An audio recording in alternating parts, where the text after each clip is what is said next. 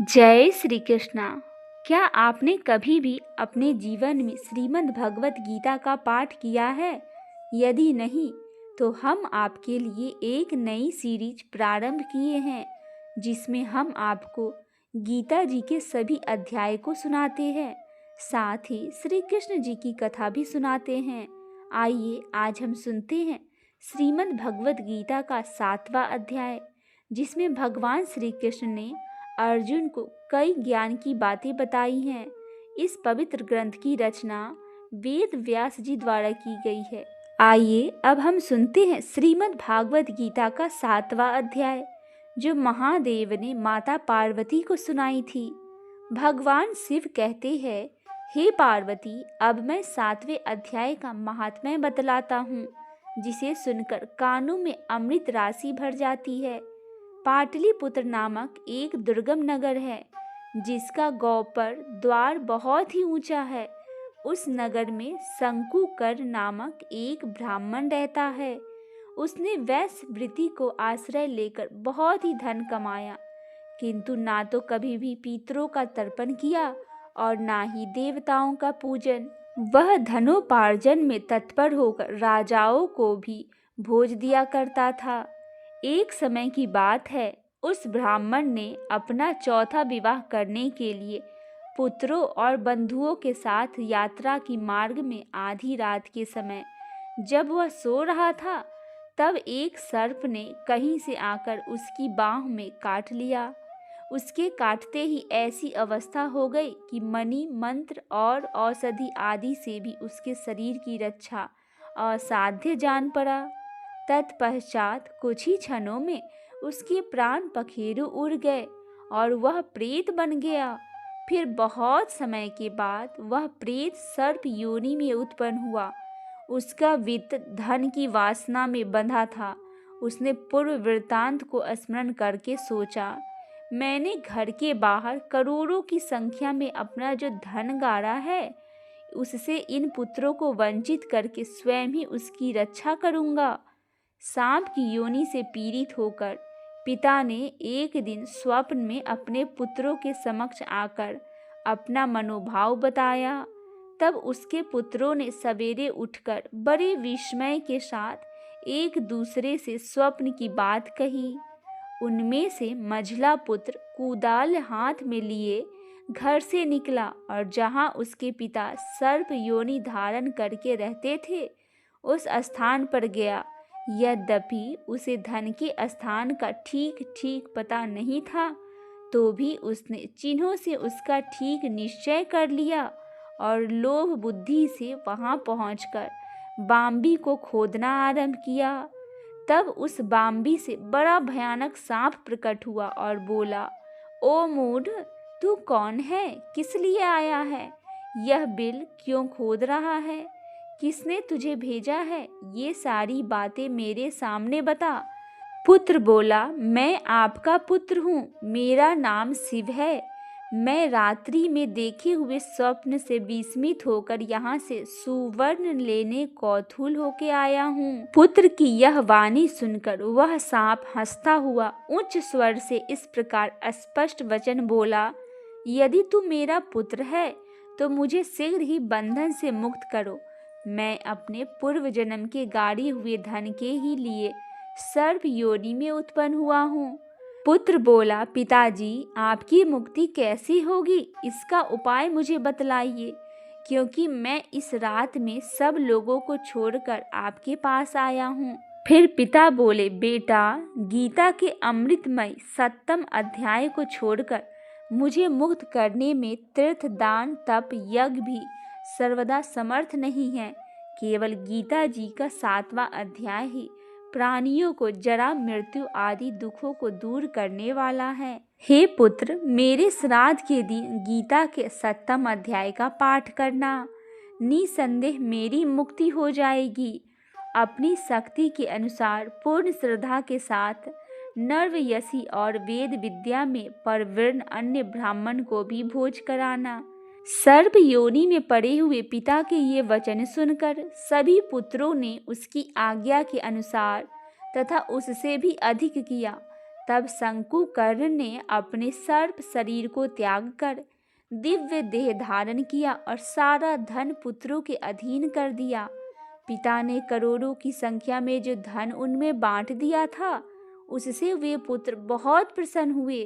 उनकी बुद्धि धर्म में लगी हुई थी, इसीलिए उन्होंने बावली, कुआं, पोखर, यज्ञ तथा देव मंदिर के लिए उस धन का उपयोग किया और अन्नशाला भी बनवाई। तत्पश्चात 7वें अध्याय का सदा जप करते हुए उन्होंने मोक्ष को प्राप्त किया।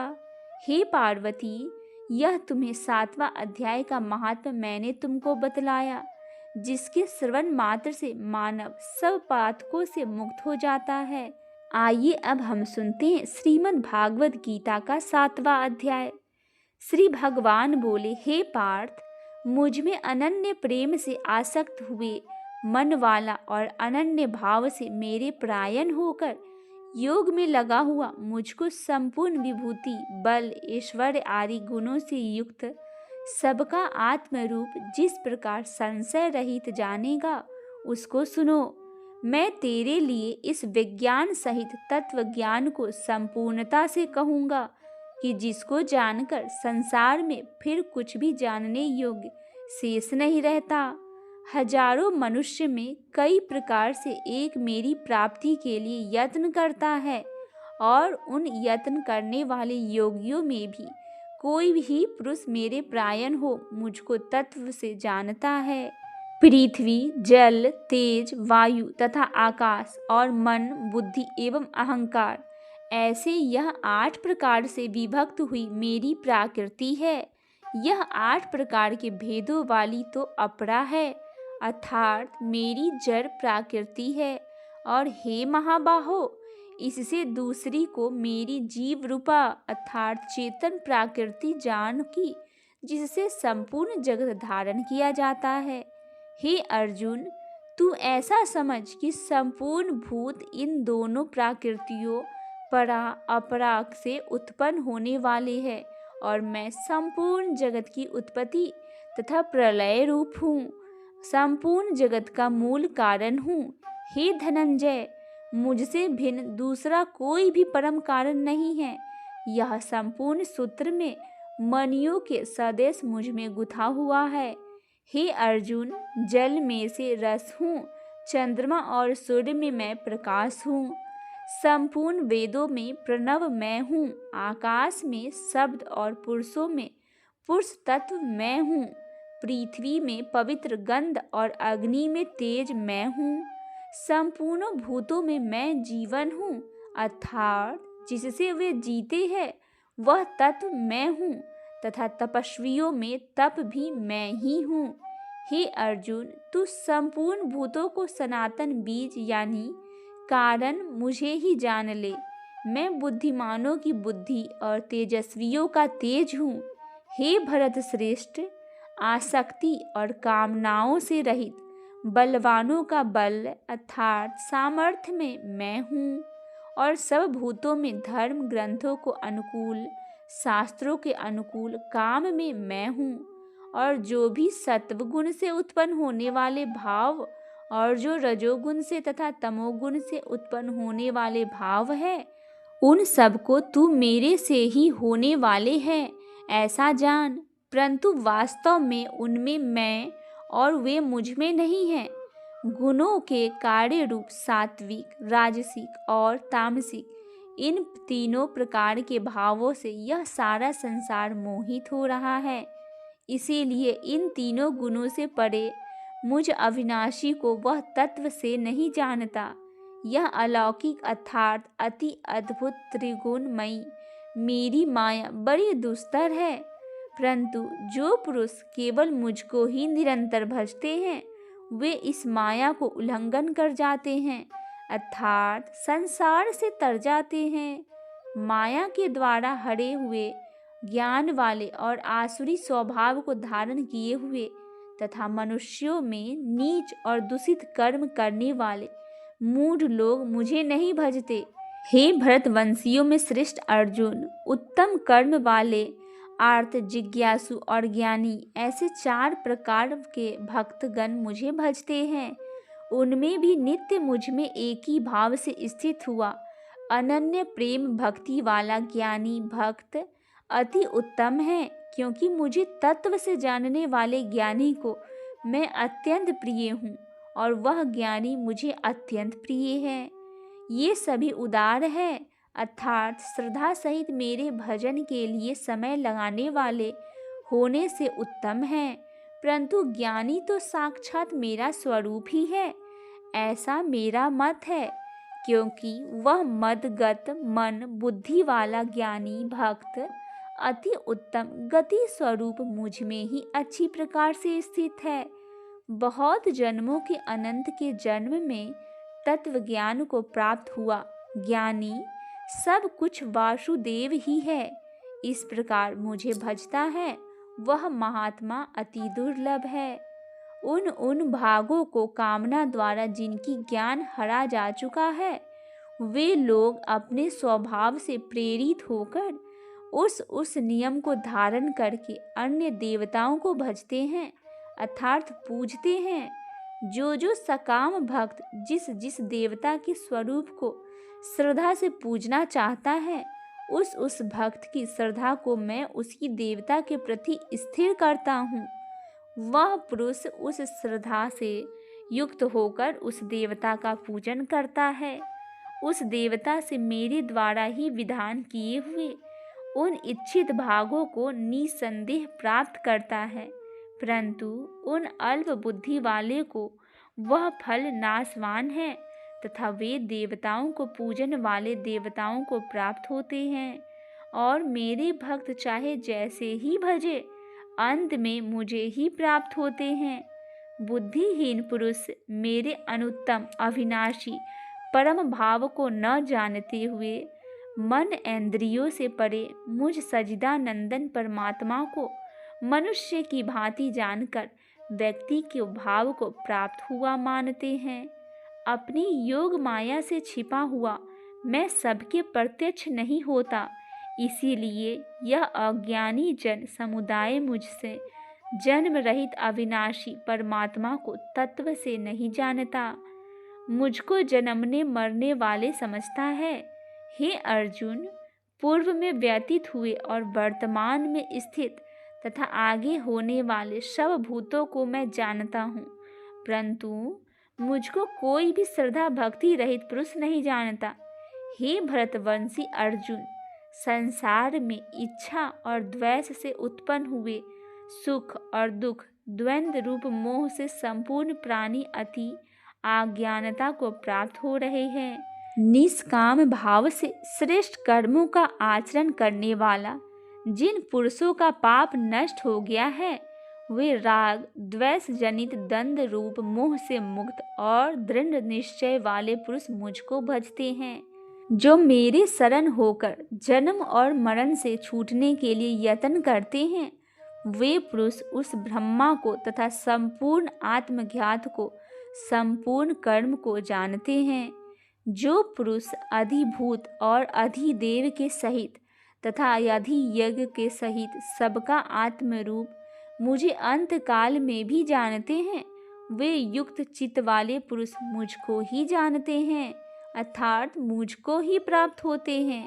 इस प्रकार उपनिषद ब्रह्म विद्या तथा योग शास्त्र स्वरूप श्रीमद् भगवद गीता में श्री कृष्ण तथा अर्जुन संवाद में ज्ञान वियोग नामक 7वां अध्याय संपूर्ण हुआ। आइए सुनते हैं श्री कृष्ण जी और उनकी भक्त की एक कथा। यह कथा सुनकर आपके हृदय में भगवान के लिए प्रेम जरूर उमड़ेगा। आइए सुनते हैं। एक बार की बात है, एक संत जंगल में कुटिया बना रहे थे और भगवान श्री कृष्ण का भजन करते थे।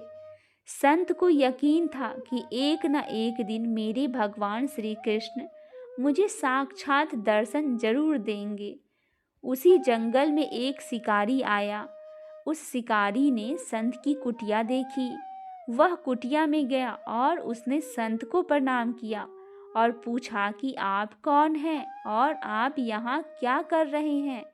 संत ने सोचा, यदि मैं इससे कहूँगा कि भगवान श्री कृष्ण के इंतजार में मैं बैठा हूँ, उनका दर्शन मुझे किस प्रकार से हो जाए, तो शायद इसको यह बात समझ में नहीं आएगी। संत ने दूसरा उपाय सोचा। संत ने शिकारी से पूछा, भैया पहले आप बताओ कि आप कौन हो और आप यहाँ किस लिए आए हो। उस किरत ने कहा कि मैं एक शिकारी हूँ और यहाँ शिकार के लिए आया हूँ। संत ने तुरंत उसी के भाषा में कहा, मैं भी एक शिकारी हूँ और अपने शिकार के लिए यहाँ आया हूँ। शिकार ने पूछा, अच्छा संत जी, आप ये बताइए आपका शिकार दिखता कैसा है, आपके शिकार का नाम क्या है, हो सकता है कि मैं आपकी मदद कर दूं। संत ने सोचा इसे कैसे बताऊं, फिर भी संत कहते हैं मेरे शिकार का नाम है, वो देखने में बहुत ही सुंदर है, सांवरा सलोना है, उसके सिर पर मोर मुकुट है, हाथों में बंसी है। ऐसा कहकर संत जी रोने लगे। किरात बोला, बाबा रोते क्यों हो, मैं आपके शिकार को जब तक ना पकड़ लूं तब तक पानी भी नहीं पीऊंगा और आपके पास नहीं आऊंगा। अब वह शिकारी घने जंगल के अंदर गया और जाल बिछाकर एक पेड़ पर बैठ गया। यहाँ पर इंतजार करने लगा, भूखा प्यासा बैठा हुआ। एक दिन बीता, दूसरे दिन बीता और फिर तीसरे दिन भूख प्यास से किरात को नींद भी आने लगी। बांके बिहारी के उन पर दया आ गई।